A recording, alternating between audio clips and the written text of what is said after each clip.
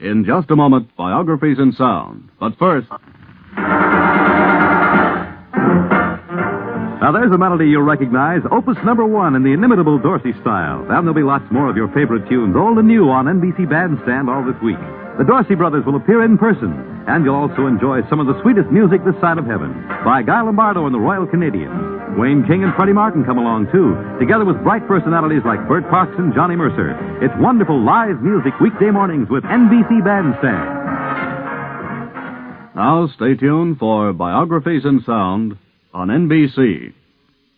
There he is, strutting along the edge of an excavation, dwarfed beneath an earth-moving machine, but still a figure of majesty. See the great tufts of white hair high at the temples, the heavy-jowled, lined face. He wears a flowing tie and cape, and if he weren't so at home among the bulldozers and the cement mixers, you'd guess he was a composer or painter. But you know he's an architect, and you won't have to go far to hear him called the greatest architect in the world.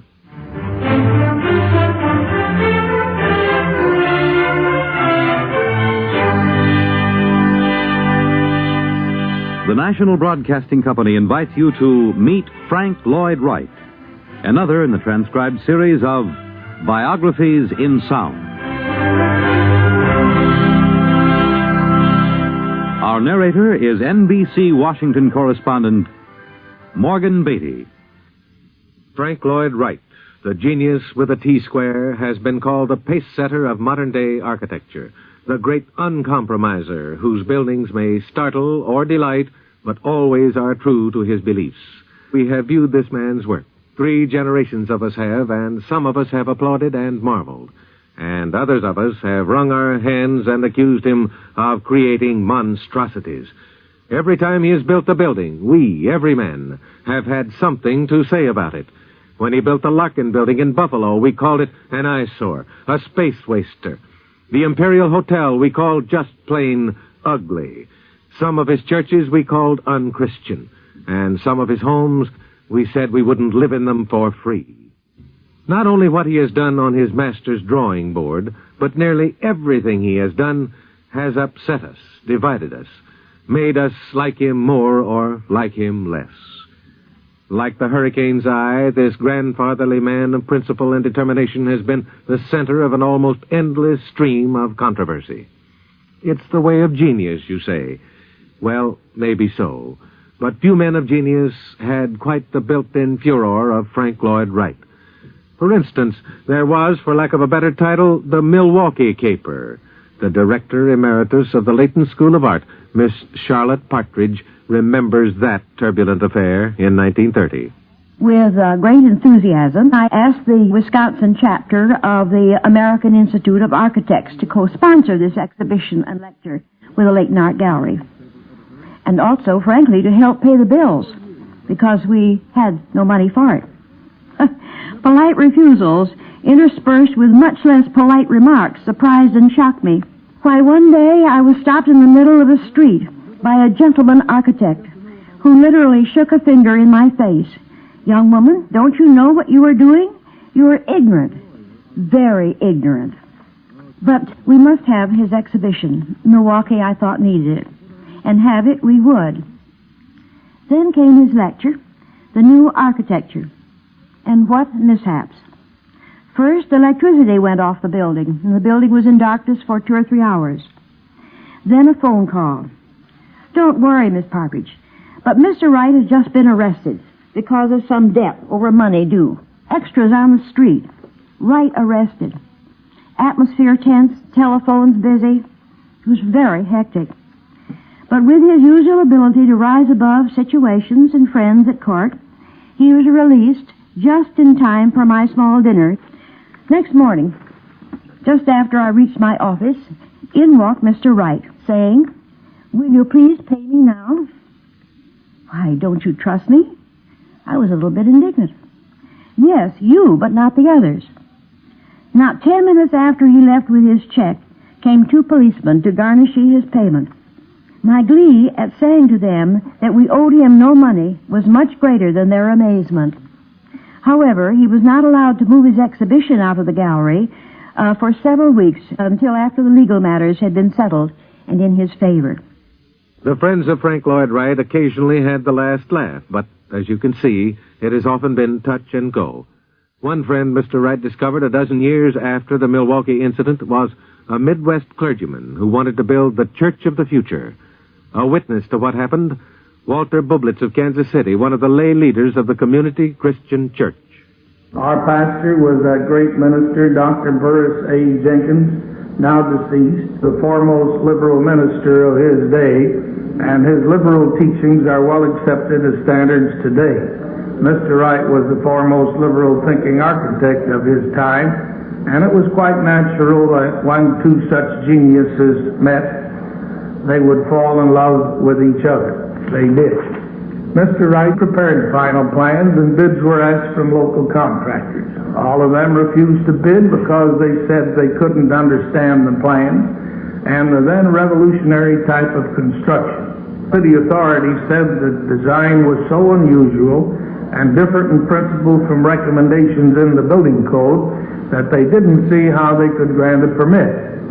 Mr. Wright was asked to explain certain theories and principles in his design, but Mr. Wright refused and said the authorities should be educated enough to figure them out and disprove them if they could.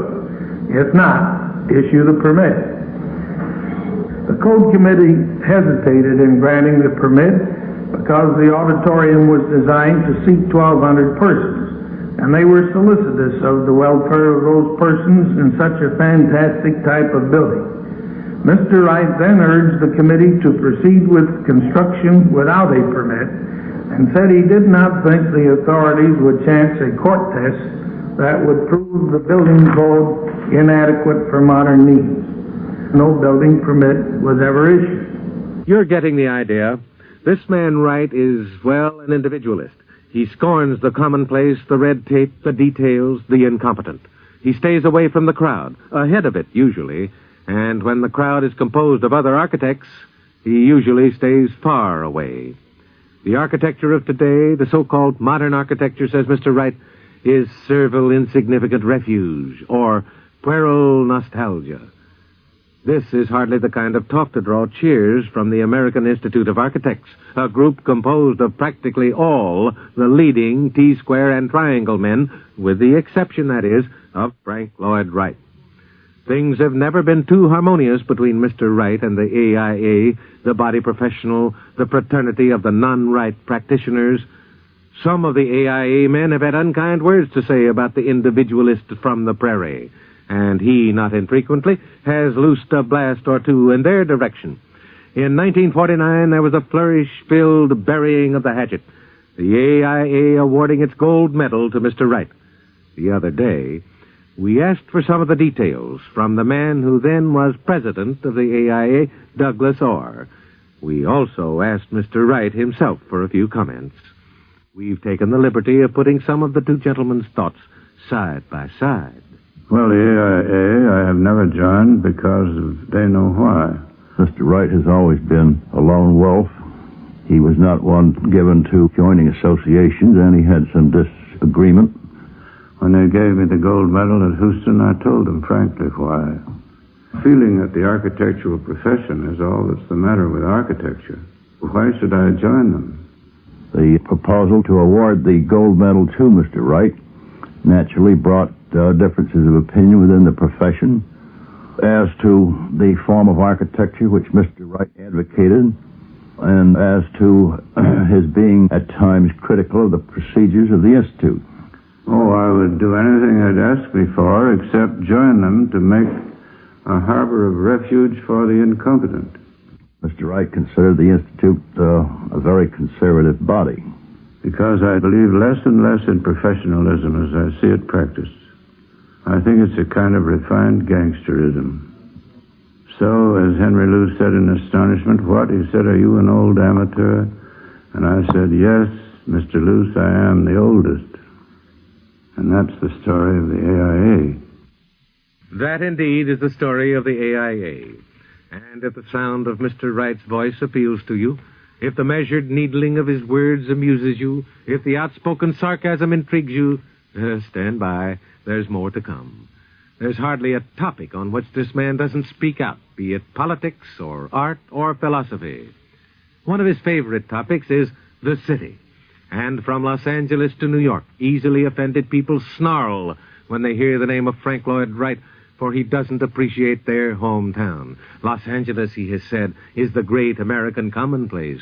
Miamians, he spoke out, are living in houses pigs would be ashamed to live in. Pittsburgh, it would be cheaper, he guessed, to destroy it. But for New York, Mr. Wright seems to reserve a special contempt, probably because it's our biggest city and thus contains the most of the worst. Frank Lloyd Wright thinks cities are all washed up. Originally, the city was essential to culture. We couldn't have the culture we have today if we hadn't had the medieval city. But the city originally was founded by Cain, the murderer of his brother. If you'll read Genesis, you'll find how, under the displeasure of the Lord, he went out and founded a city. Well, that city has been murdering his brother ever since, because science has made it no longer essential to crowd, no longer essential to have your elbow in somebody's ribs and your foot on somebody's toes. Because you go into the city today, it's becoming uninhabitable. New York on any day. Why, you can get out of a taxi cab and walk on the tops and the roofs of them to the place where you're going twice as fast as you can get there. Now, I'd advocate movements that would start these broadacre centers. And they would be in themselves cities, and the city would be absorbed into them, and you'd have a true marriage between country and town. You'd have all the benefits of the town in the country, and all the benefits of the country in that town, because the city is a busted flush. Frank Lloyd Wright, booming the doom of the city. Well, a lot of city dwellers disagree, and you see, he's gotten himself smack in the middle of another controversy. One of the people who think the city is anything but a busted flush is William Zeckendorf. He's the president of Webb & Knapp, a multi-million-dollar real estate outfit. Tycoon Zeckendorf takes issue with architect Wright, says Mr. Wright ought to come back to earth or asphalt. The theory of permitting these cities to grow horizontally when we don't have any greenbelt areas wind up, as in the city of Los Angeles, for a case of extreme illustration, with a fluid suburbia from which there's no escape, where you have repetitive conditions, which is neither city nor country, nor even really good suburb. I fear that Mr. Wright's plan to abandon the cities and to run through helter-skelter all over the nation with unplanned growth, which is the only end result because there's no way of controlling a national population expansion, is just a dreamy-eyed conception having no practical value whatever. I would go so far as to say that not only do I disagree with Mr. Wright, but I feel that unless we go completely the opposite of Mr. Wright's conception, that the human race may soon find itself in a position of a general psychosis arising from a form of boredom emanating from a lack of capacity to change pace. I believe Mr. Wright to be a great architect who has made a tremendous and valuable contribution to his art, a man who is inspired to do good things, but his ideas cannot survive and will not be adopted, not for reasons of my own, but just because they don't make sense and they're contrary to the needs of human nature. What's it going to be? Frank Lloyd Wright's Broadacre City or William Zeckendorf's New York City? Controversy you want? Actually, you don't have to get far from the architect's Wisconsin home, Taliesin. Just go to the city where he went to school, to the lake-ringed city of Madison, where they're planning a vast civic center. About the spring of 1954, Mayor Ivan A. Nestingen. There was an increasing amount of sentiment that Mr. Wright should be the architect for this project.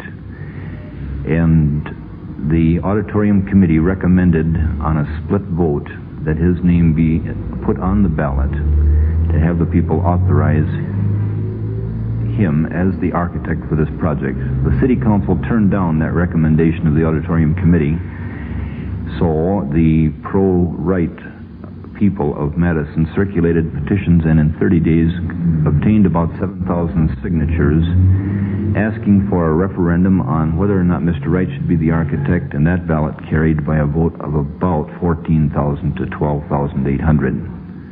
Officials and people to whom I've talked know of no comparable circumstance to this, whereby people, by referendum, select the architect for a public structure. I think there are a couple of reasons why Mr. Wright was chosen. One is that here is a man who is internationally known. He has literally established the pace for innovations and new ideas in the field of architecture. And I think that the city, the majority of people of this city, want to have a Wright-designed public structure in recognition of that genius. Frank Lloyd Wright, working for the people of Madison on a public building at that. A far cry from the tempestuous Milwaukee days when he probably couldn't have won election to janitor of the big new courthouse. While he was installing the exhibit, Again, Miss Partridge. a sensitive and intelligent reporter followed him around, asking questions and taking notes. Finally, "What do you think of the new courthouse?" she asked. "Why, it will set back Milwaukee 50 years from any cultural standpoint." "May I use this in print?" "Why, yes, it's the truth." And so the press in Milwaukee began a furious battle over the then being built $9 million courthouse. The fact that Milwaukee is a thrifty city, and it also prides itself on being a cultural center, to be told it had put millions into an outmoded building, the courthouse, did not make its citizens happy nor Mr. Wright very popular. His frankness in being always so aesthetically truthful sometimes reacts in a trying way for him, but that isn't so important as the other things are. It sounds like truth against the world, doesn't it? Truth against the world. That was on his grandfather's family shield, an ancient Druid symbol of inverted sun's rays. His grandfather, a Unitarian preacher, was one of the pioneers. This architect of America has deep roots here, deep in the green, pancake-flat countryside of the Midwest. The story really starts 77 years ago. I was born near here, 30 miles away in Richland Center, Wisconsin. My father came here from the East. He was a preacher and a teacher. My mother was a teacher and held an academy here. They met, and I was the consequence. And for some reason, which I've never been able to fathom, my mother wanted an architect for a son. And being sure that she was going to have a son, I was to be that architect. So when I was born, in the room in which I was born, on the walls were 9 of the wood engravings of the English cathedrals, engravings by Timothy Cole. So I came into English Gothic. And then she followed it up. I never had any other idea than I was to be an architect. And of course the word was fascinating and is yet. Well before the turn of the century, young Wright quit school, just short of graduation from the University of Wisconsin. He had to be an architect, and time was wasting. So to the forbidding metropolis of Chicago, where the first rumblings of a new architecture were beginning to be felt. I was born an architect, grew up, educated as one, and came to Chicago to Louis Sullivan with a T-square and triangle technique. Adler and Sullivan were the only moderns in sight at the time. They were considered revolutionary. And I hungered for revolution, and so I went. And I took some drawings with me. And he looked at them. He said, "All right, you'll do. You've got a good touch. How much money do you want?" Well, I was getting $8. Sylvie had raised me, however. I think at that time I was getting 18. I'd been there about a year. And so I said $25 a week. And he looked quizzically at me, and he said, "Well, I guess we could fix that later on." I could have had 50 or more. I was with Adler and Sullivan at that time like a pencil in the master's hand. Louis Sullivan was the only man Frank Lloyd Wright ever called master. It was 1888, and Adler and Sullivan were building the ancestors of our skyscrapers. It was new and daring, and it was an education. This was the year of another turning point. 1888, the year he fell in love with Catherine Tobin of Oak Park, an impulsive teenager with serious thoughts occasionally narrowing her blue eyes. Within a year after they were married, as Mr. Wright put it, architecture was my profession, motherhood became hers. It was a fast-growing family, a big, busy, talented brood that was destined to be abandoned later on by a young father who never took to serious fatherhood. One of that brood is now an Arizona businessman who lives in a circular house on the desert, designed by his father. This is the son, David Wright. I'm the third son of a family of 4 boys and 2 girls, produced in my father's earlier life. We had him at mealtime and seasonal excursions to Chicago for wardrobe outfitting. My recollections of him in those days, however, find him mostly in the drafting room or on the studio balcony, editing his large collection of Japanese prints. Father's 4 boys and 2 girls are individualists, brought up to be self-reliant. His 2 older sons, Lloyd and John, while associated with father at different periods in their earlier architectural development, have their own individual practices. His youngest son, Llewellyn, has a law practice. The 2 girls are housewives with side hobbies in art and decoration. While I am what Father calls the businessman of the bunch.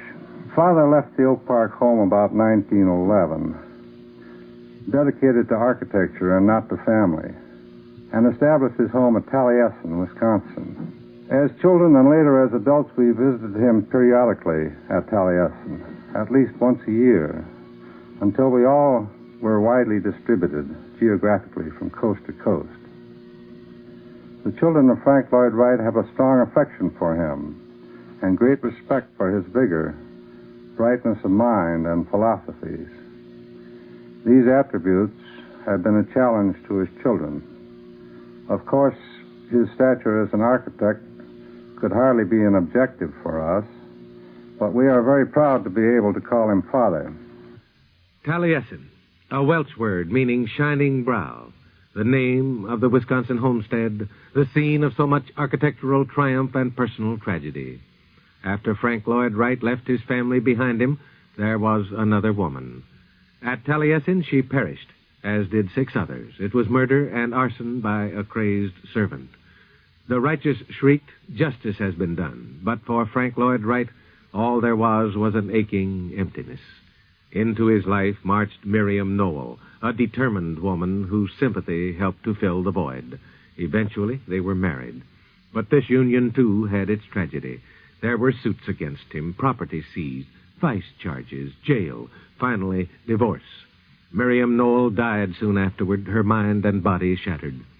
Frank Lloyd Wright was the darling of the sensational press, the raw material for big, spicy headlines when he finally met the woman who stands beside him today, Olga Lazovich of Montenegro. They chanced to meet at the ballet, the beauteous Balkan princess and the 57-year-old poet of the drafting board. In 1928, they thrust the harassments, the debasements, the tragedies behind them and married. At last, Frank Lloyd Wright had found happiness.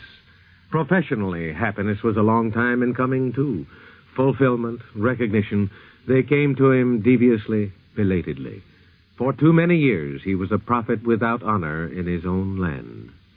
The greatest appreciation for what we've done comes from European countries in the Orient rather than from our own country. We're very slow to take things on that occurred at home. It's always been the idea of our people that culture came from abroad, and it did. Can't blame them for thinking so. They didn't want to hear of its developing in the tall grass of the western prairies. That was not exciting. In fact, they rather resented hearing about it in that sense.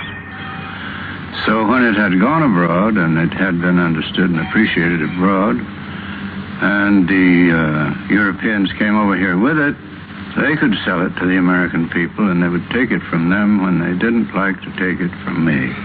You see, early in life I had to choose between honest arrogance and hypocritical humility.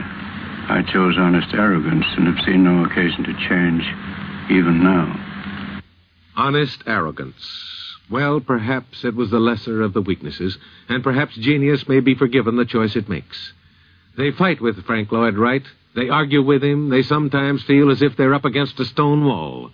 For the lone wolf knows what he believes and seldom wavers.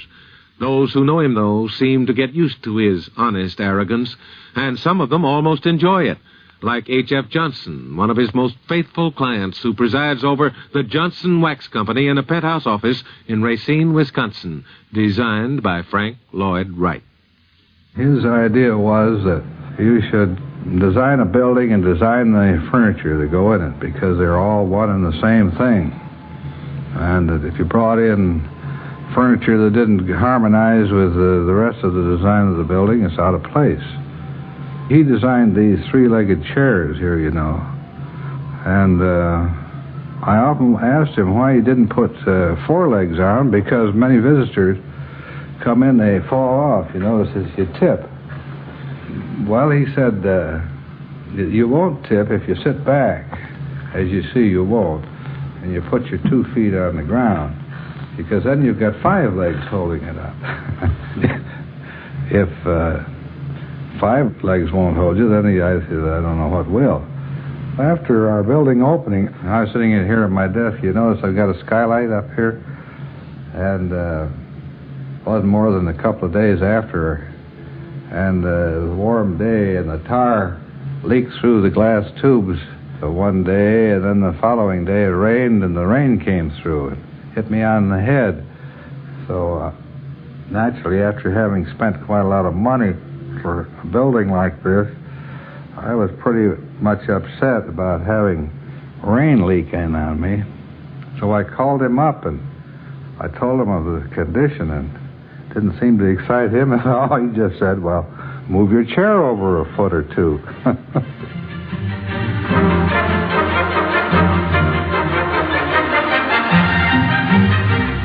Meet Frank Lloyd Wright.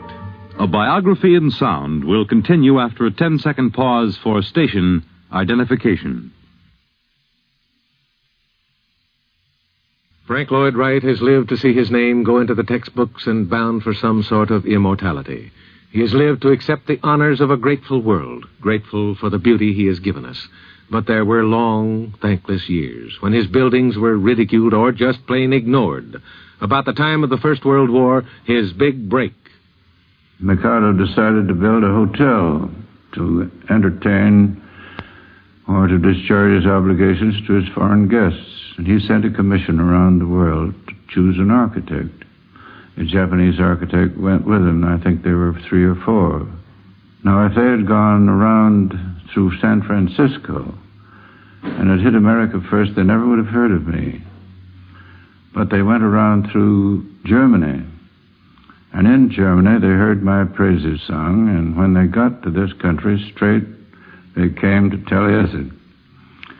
Well, they saw the buildings that I had been building and said not at all Japanese, but would look so well in Japan. So they employed me to come over, and I went. And there they decided to employ me to build a building. The principle of the thing, of course, was steel and tension. I was in possession of the secret of that, and I'd been using it, so that here was a chance to build a building on which you could pull, which hadn't existed before. So why not make a flexible building instead of one of these rigid things that could ride the quake as a boat rides a wave and come through that way, and it did. Imperial Hotel was a great triumph over tragedy. The building was just open for business when the great earthquake struck Tokyo on September 1st, 1923. This man was there, T. Inamaru, the president of the Imperial Hotel Corporation. The building began to shake like a ship in a storm. Fires were sweeping through Tokyo, and we were in the center of sea of fire and smoke. At the Imperial Hotel, few things had turned over, but that was all. We were standing unharmed in the center of ruin, and the Imperial Hotel soon became the temporary home for the foreign embassies and legations which had been destroyed. The morning after the quake, the telephone at Taliesin kept jangling. The newspapers, the cables from Tokyo, they said, report the Imperial Hotel a shambles. Any comment? No comment. 10 days later, he found out the truth. A wireless from Tokyo. Hotel stands undamaged as monument of your genius. It had been a bad 10 days. The Imperial Hotel people went around the world to find their architect. Some clients just made a beeline for Taliesin. Others a little bit roundabout. We needed a new office building. Again, H.F. Johnson of Racine. So I went to a local architect and had him draw up a set of plans. They were just like every other office building. I thought that we ought to have something better than the ordinary, so I went down to Chicago to see the art director of our advertising agency, and he said that I should go out and see Mr. Frank Lloyd Wright, which I did, and I got acquainted with him, and I was so impressed with his grasp of the function of a building and the beauty of his designs that I immediately engaged him to design the building for us.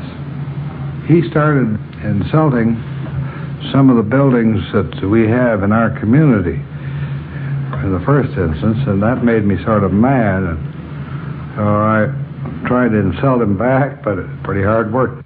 And some clients never did get their buildings, like Gerald Loeb, a New York financier. After I knew him for a while, I asked him to design a house for me, which he did. The house was to be built in Reading, Connecticut, which is about 60, 70 miles out of New York on a hilltop. He fitted to me as a bachelor, and it was a perfect fit, but that's why I never built the home. It didn't fit me anymore as a married man, and we never started another one. So that was a great loss in my life. Most architects think of a home simply as a shelter or a place to keep warm or dry or something else. And also it always seemed to me that they sort of think that your vision is limited to looking at the four walls.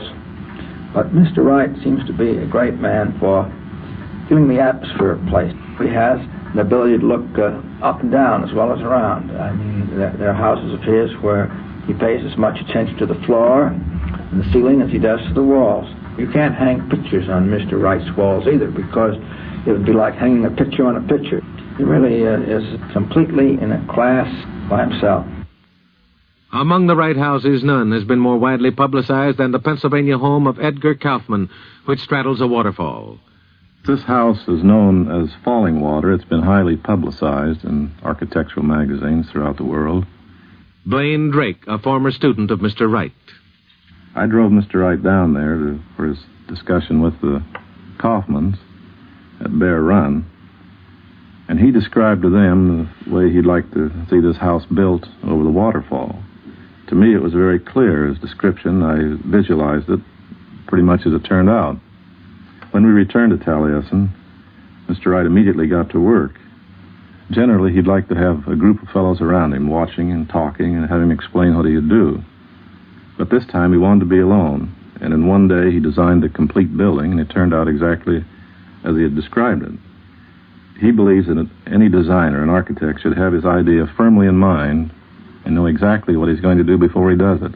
He has great talent, but there are other men with talent too, but they often give up the fight. Blaine Drake is one of the architects who grew up at Taliesin, drinking the wisdom of the master, learning his profession under the ruthless dedication of Frank Lloyd Wright. The Taliesin Fellowship, just what is it? A school and yet not a school, a colony of devoted men and women, a principality whose king is Frank Lloyd Wright. Apprentices they're called, not students. They are, says Mr. Wright, as the fingers of my hand. What about life at Taliesin? A former student remembers. Well, it's quite a wonderful life. John Hill, architectural editor of House Beautiful.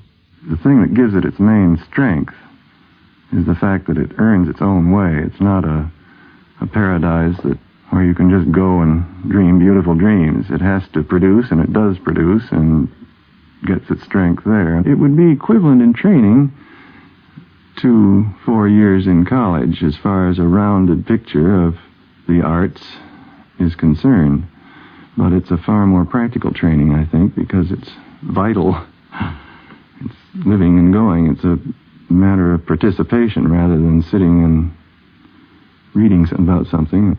Although you can say it must be a hardship to do kitchen work or weed vegetables or milk cows or something, the fact that Mr. and Mrs. Wright are directly participating in it, too, puts it in a different situation. I think that probably one of the greatest days in my life, although I suffered dreadfully while it was going on, was hoeing corn with Mr. Wright in about 90-degree temperature for hours. Not only was told how to hoe, but kept at it. I can remember things that I learned from him at times like that, just working together at some other job, maybe, that have meant a lot to me since. Some merely come to visit, and they're welcomed, providing they have something to add to the vitality of the place, philosophy or wit or music or art. Author Betsy Barton has been visiting Taliesin about every year. The thrilling thing about the place is that every day is new. I mean, it's never monotonous. It's always different. You never have meals in the same place. The tables are always set differently. The flowers are always different. At Taliesin, you're kind of never allowed to sink back into the half-sleep that most people live in. You're always being kind of jounced into an awareness. I've seen people really completely transformed after a few months there. It's a kind of education for life, really.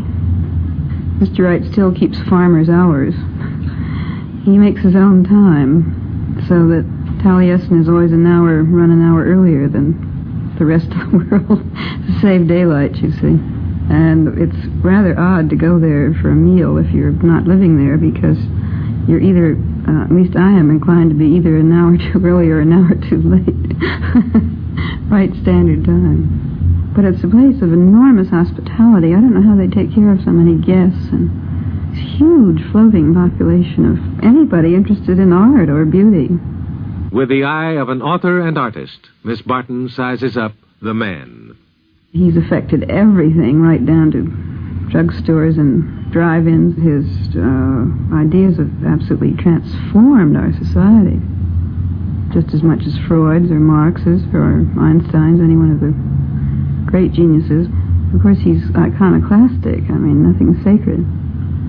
And it's earthy, old-fashioned American humor, a lot of creative, and all the idols go crashing around. He's inclined to be oracular about almost any subject. Well, it's like being with somebody who has a different kind of consciousness. It's a lofty, visionary point of view that he has, really. Nothing petty.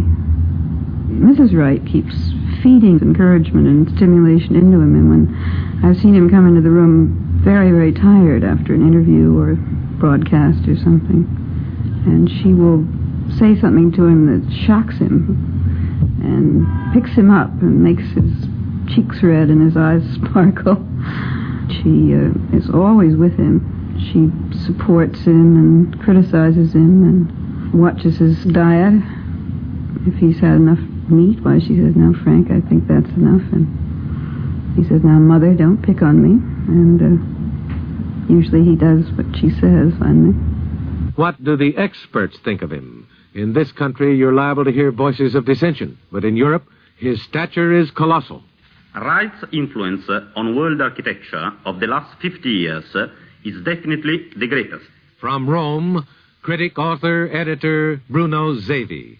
In Italy, the knowledge of his work conveyed the idea of American democracy much more than all the other propaganda. There is no one in Italy who does not appreciate Wright as the greatest creative mind in architecture today. We were in Venice in front of Santa Maria della Salute. Wright was looking at this church and was thrilled.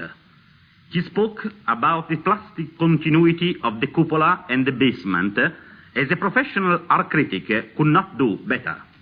Then I said, Mr. Wright, but you are supposed to dislike the Renaissance and the Baroque architecture, and this is Baroque.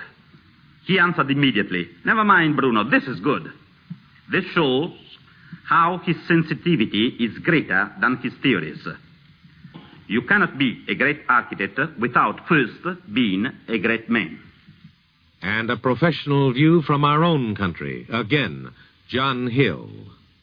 He produced many things that we now consider everyday. The lack of trim, any unnecessary strips and moldings and so on, recessed lights and light coves, and the big glass areas. The open plan was an effort to get rid of the closed-in confinement of an ordinary box-like room. And one of the means of accomplishing it was by using openings at the corners, say, where you most expect to be confined.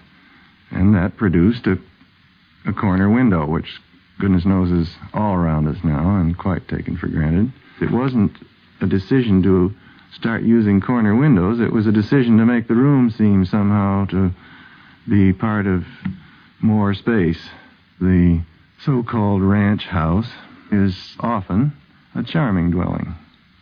And it certainly is in a direct line from his work and represents the rather cautious transition from a conventional house toward one that is free and open.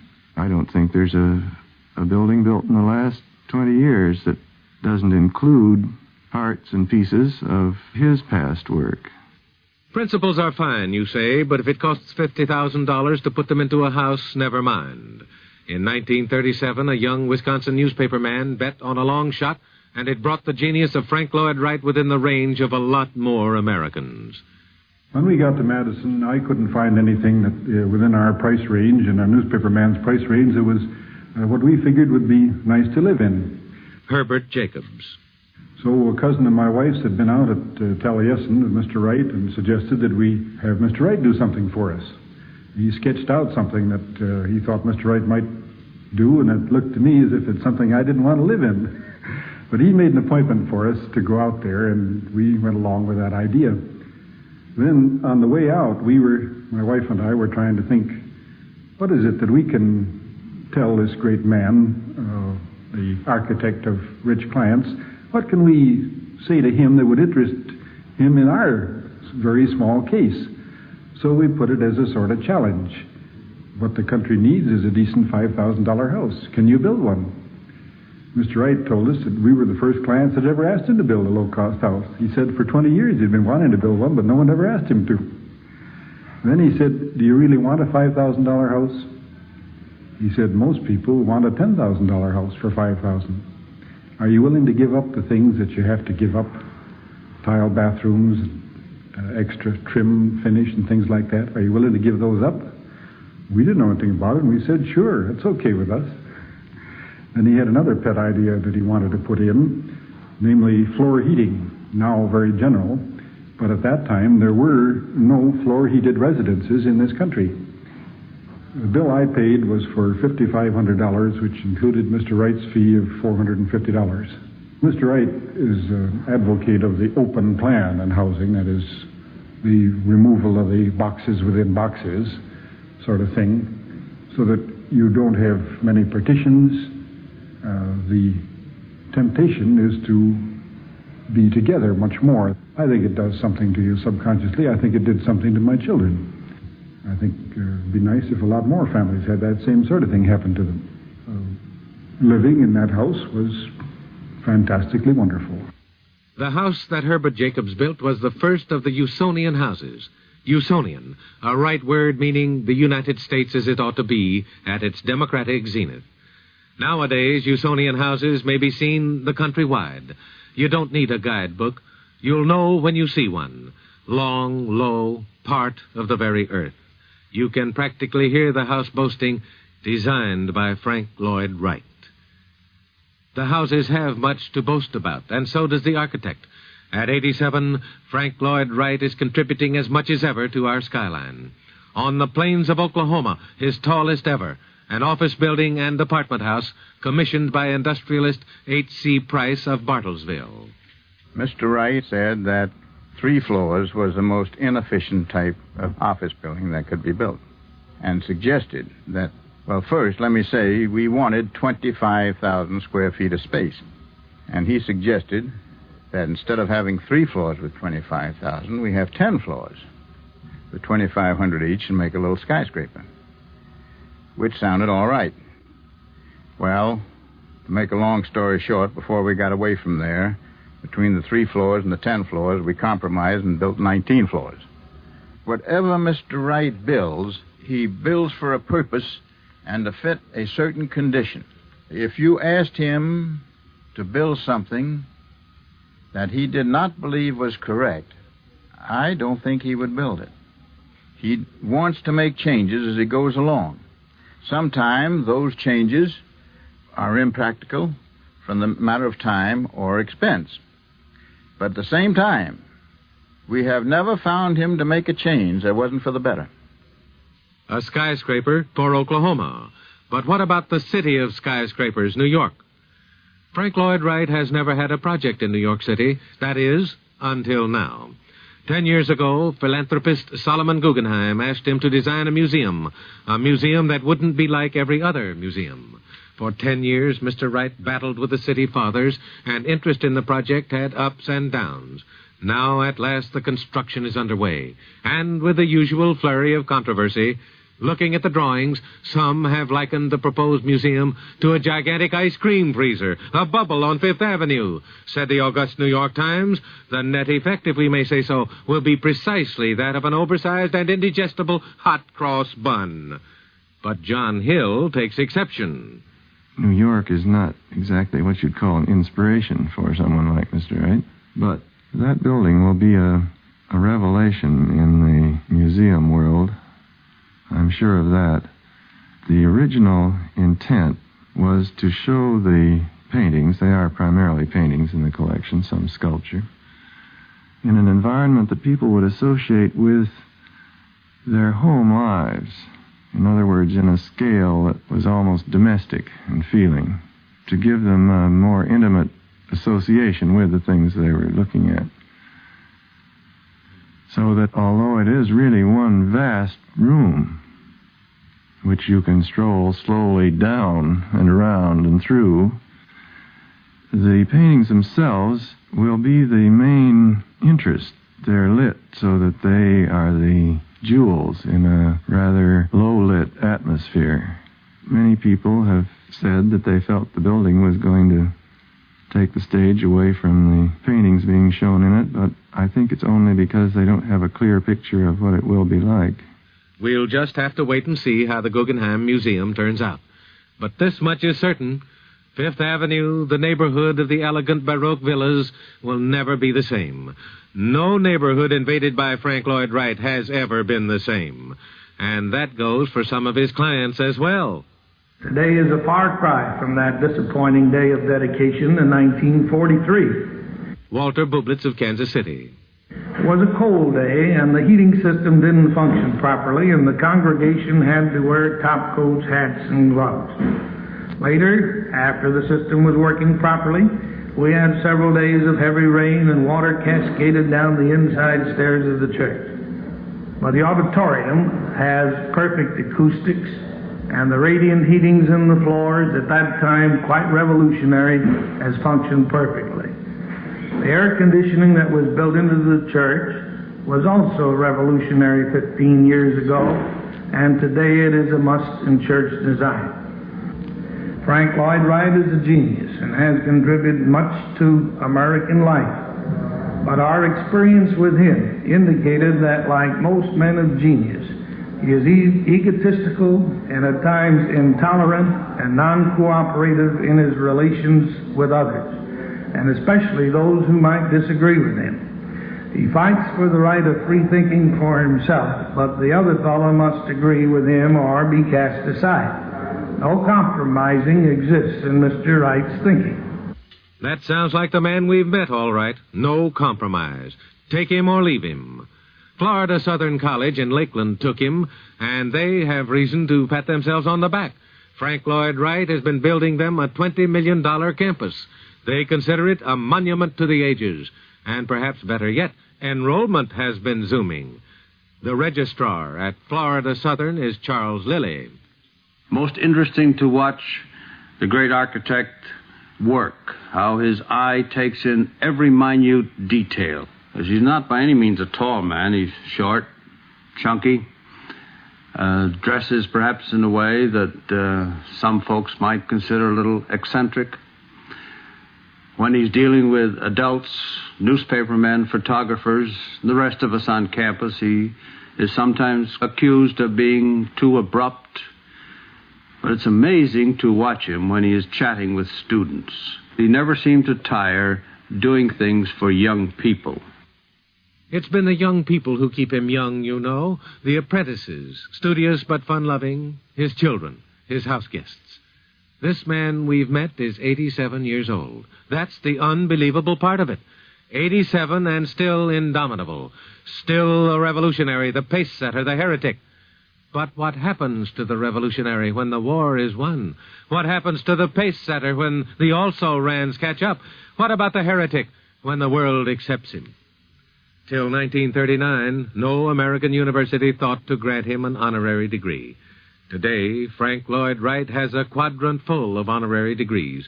Even Wisconsin, his alma mater, gave him one in 1954. Someday, perhaps, they'll even be calling him a conservative. For the stormy pioneer of Taliesin, that would be ignominy. And you can bet he'll never really mellow, never stop tilting at those windmills of complacency. There are moments nowadays, breaks from the creative outpouring of the drafting room, when he leans back in a comfortable chair, his surgeon's fingers exploring his watch fob.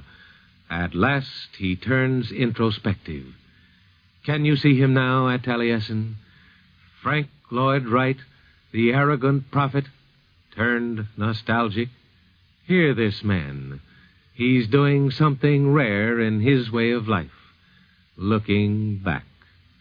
Well, so many of my friends have come in here, and also strangers, and looked about the place, and they've wondered why and how it was that a place so full of repose and quiet, and in such a peaceful atmosphere, there should have been such a turbulent existence. And I can't tell you any more than they. I don't know. Except I know this, that when you're swimming upstream, you're buffeted by all sorts of events, and there may be something coming downstream that's pretty formidable and may get you. Well, it worries me a little to see that the stream seems to be running upstream quite a great extent.